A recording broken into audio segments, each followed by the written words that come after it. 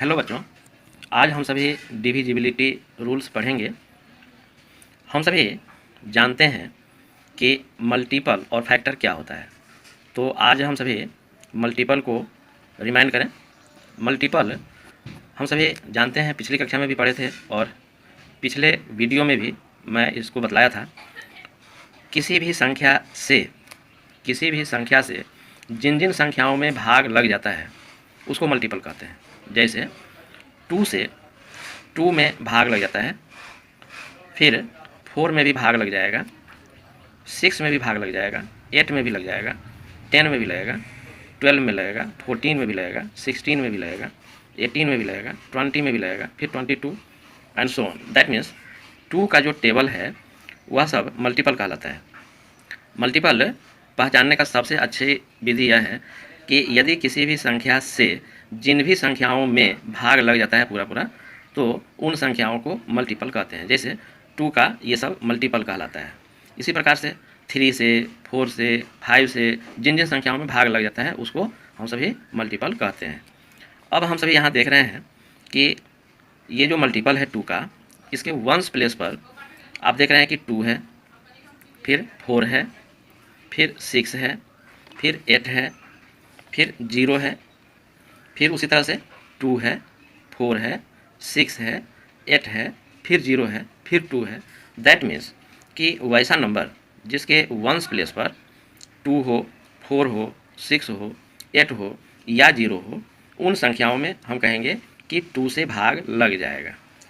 और भी इसको इजी वे में कह सकते हैं, यदि कोई नंबर है, सपोज कीजिए कि 204, इसमें वंस प्लेस को देखिए, वंस प्लेस पर 4 है, इस 4 में 2 से पूरा भाग लग जाएगा, तो हम कहेंगे कि 204 में भी 2 से पूरा भाग लग जाएगा।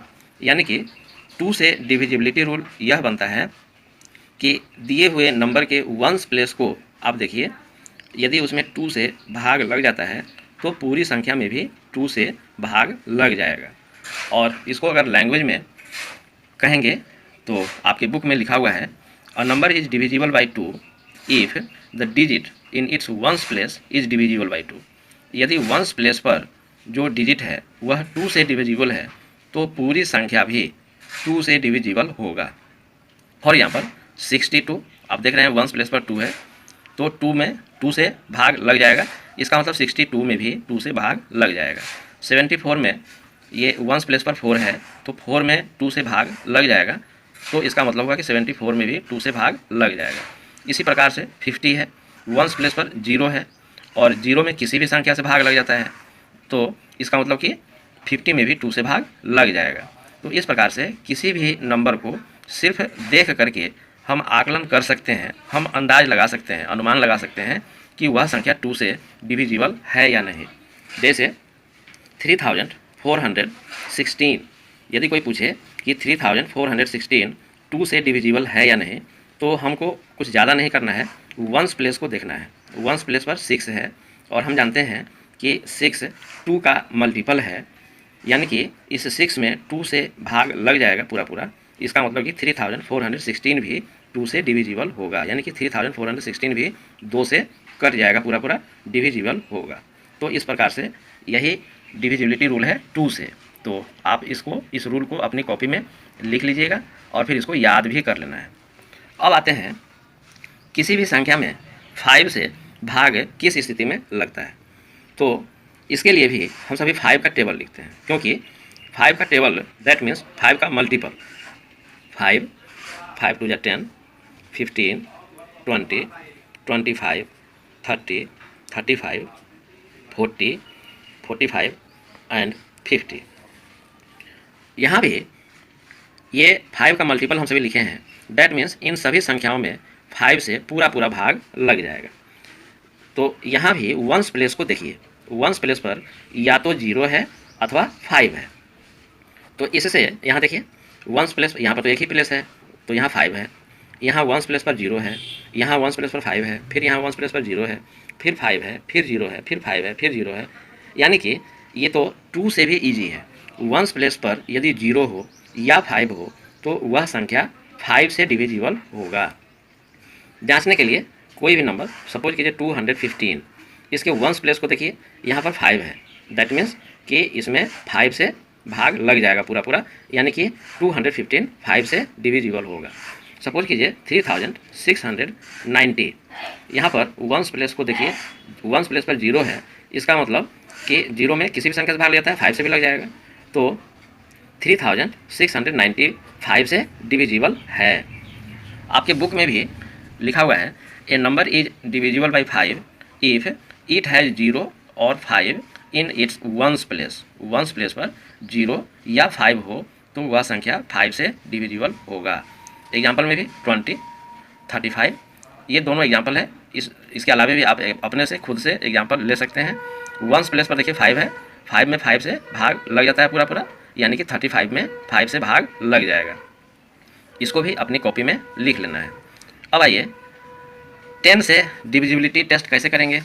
तो 10 से करने के लिए 10 का भी टेबल हम सभी लिखते हैं। तो 10 का टेबल आपको याद होगा, और इस टेबल को देख करके अब तो आप अनुमान लगा लिए होंगे। आप देख रहे हैं वंस प्लेस पर 0 है, सिर्फ 0 है, तो जिन भी संख्याओं के वंस प्लेस पर 0 होगा उन सभी संख्याओं में 10 से पूरा पूरा भाग लग जाएगा। जैसे यहाँ एग्जाम्पल हम लिखते हैं 800, इसके वंस प्लेस पर 0 है, तो इसका मतलब हुआ कि 800 10 से डिविजिबल है। यदि 1000 है तो यहाँ भी वंस प्लेस पर 0 है, तो यह 10 से डिविजिबल है।